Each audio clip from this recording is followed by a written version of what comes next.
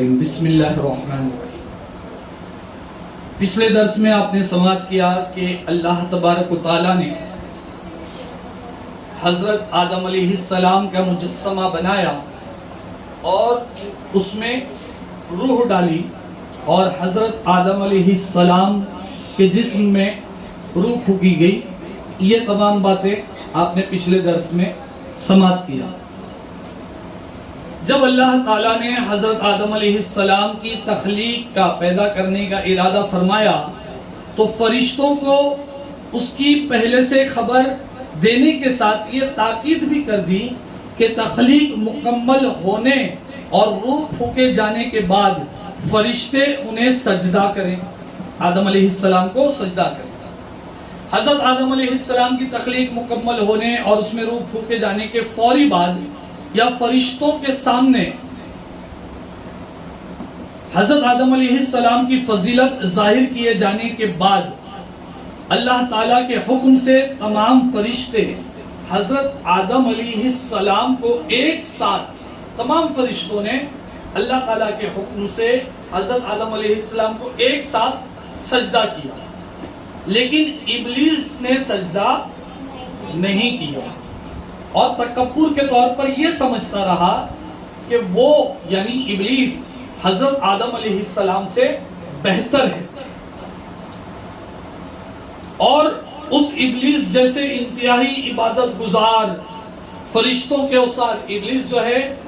یہ فرشتوں کا استاد تھا، ٹیچر تھا، وہ سمجھا کہ ابلیس ہے وہ، اور پھر وہ عبادت گزار ہے، فرشتوں کا ٹیچر ہے،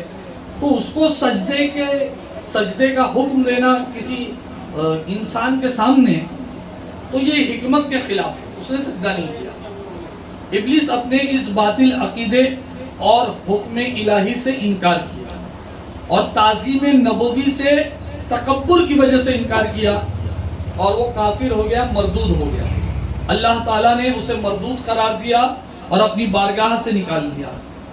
ابلیس کا اصل تعلق، فرشتے کسے کہتے ہیں یہ تو آپ نے سماعت کر لیا تھا پچھلے درس میں،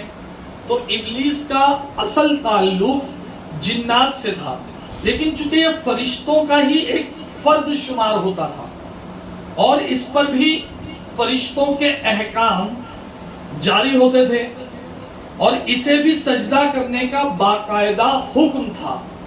اسی لیے جب ابلیس نے سجدہ نہ کیا تو اللہ تعالیٰ نے ابلیس سے پوچھا، اے ابلیس تو نے فرشتوں کے ساتھ آدم کو سجدہ کیوں نہیں کیا؟ جسے میں نے بنایا تو تو نے اسے سجدہ کیوں نہیں کیا؟ تو ابلیس نے جواب دیا، یا اللہ تو نے مجھے آگ سے بنایا اور آدم کو مٹی سے، چونکہ آگ مٹی سے اعلیٰ ہوتی ہے اس لیے میں آدم سے افضل ہوں، لہذا میری شان کے لائق نہیں کہ مٹی سے بنے ہوئے انسان کو سجدہ کروں۔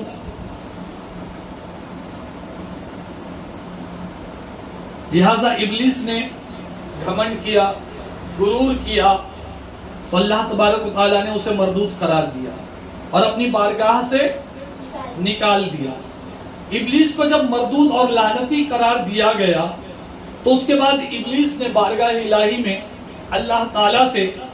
قیامت قائم ہونے تک کی مہلت کا مطالبہ کیا کہ اے میرے رب، اگر تو نے قیامت تک مجھے مہلت دی، ابلیس نے اللہ تعالیٰ کی بارگاہ میں کہا کہ اے میرے رب، اگر تو نے مجھے قیامت تک مہلت دی تو میں ضرور اپنی ذلت و رسوائی کا انتقام لوں گا۔ کس سے لوں گا؟ حضرت آدم اور آدم علیہ السلام کی اولاد سے۔ کہا میں ضرور اپنی ذلت اور رسوائی کا انتقام لوں گا اور آدم کی تمام اولاد کو گمراہی کی چکی میں پیس کر کے رکھ دوں گا، جسے تو نے میرے اوپر معزز بنایا۔ البتہ کچھ لوگ میرے مکر و فریب اور گمراہی کے بچھائے ہوئے جال سے محفوظ رہیں گے۔ اللہ تبارک و تعالیٰ نے فرمایا، نکل یہاں سے، تو وسوسے ڈال کر کے، گناہ کی طرف بلا کر کے جسے راہ ہدایت سے پھسلا سکتا ہے پھسلا دے، اپنے مکر و فریب کے تمام جال استعمال کر لے اور اپنے سواروں، پیادوں، فوج کے سارے لشکر کر لے استعمال، انسانوں کے اوپر چڑھائی کر دے، تو لوگوں کے مالوں میں اور ان کی اولادوں میں ان کا شریک ہو جائے اور ان سے طرح طرح کے وعدے کرتے رہے، الغرض لوگوں کو گمراہ کرنے کے لیے تجھ سے جو ہو سکتا ہے کر لے، لیکن یاد رکھ میرے جو خاص بندے ہیں ان پر تیرا کوئی داؤ چلنے والا نہیں، وہ تیرے وسوسوں اور فریب کاریوں سے بچ کر گمراہیوں سے محفوظ رہیں گے۔ اللہ تبارک و تعالیٰ نے فرمایا جو تیری پیروی کرے گا، یعنی اے شیطان، اے ابلیس، جو تیری پیروی کرے گا